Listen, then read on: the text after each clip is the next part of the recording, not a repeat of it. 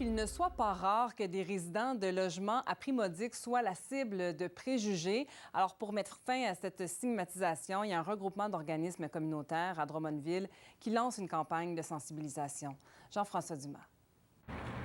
Ariane Boisclair réside dans une habitation à loyer modique de Drummondville, ce qui lui vaut régulièrement des commentaires désobligeants. Si on dit qu'on reste dans un HLM, tout de suite, le monde pense qu'on n'a pas travaillé de notre vie, qu'on a toujours été sous l'aide sociale. J'ai été obligée d'arrêter de travailler à l'âge de 32 ans pour maladie. Puis j'ai des problèmes de santé chronique qui font que je ne pourrai jamais retourner sur le marché du travail. Fait que les revenus sont moindres. Fait que c'est ça qui m'amène à avoir un HLM. Selon la table des partenaires en habitation de Drummond, le cas de Mme Boisclair est loin d'être unique. On s'est rendu compte que plusieurs résidents en habitation sociale et communautaire vivent beaucoup d'exclusion sociale, puis vivent énormément de préjugés.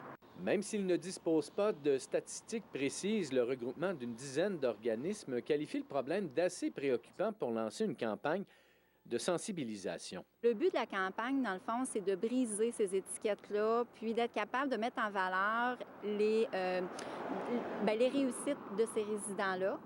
Puis aussi, par la bande, c'est d'essayer le plus possible de sensibiliser puis de changer la perception de la population générale. L'initiative réjouit la Drummondvilloise. Je me dis, enfin, il y a quelqu'un qui se préoccupe de nous autres vraiment, qui se préoccupe de notre bien-être. Et pour s'assurer d'atteindre leur objectif, ces organismes promettent de se faire bien visibles dans les prochaines semaines. On va être présent surtout sur les médias sociaux. On va être présent sur des abribus, sur des autobus, à la télévision, dans les publisacs.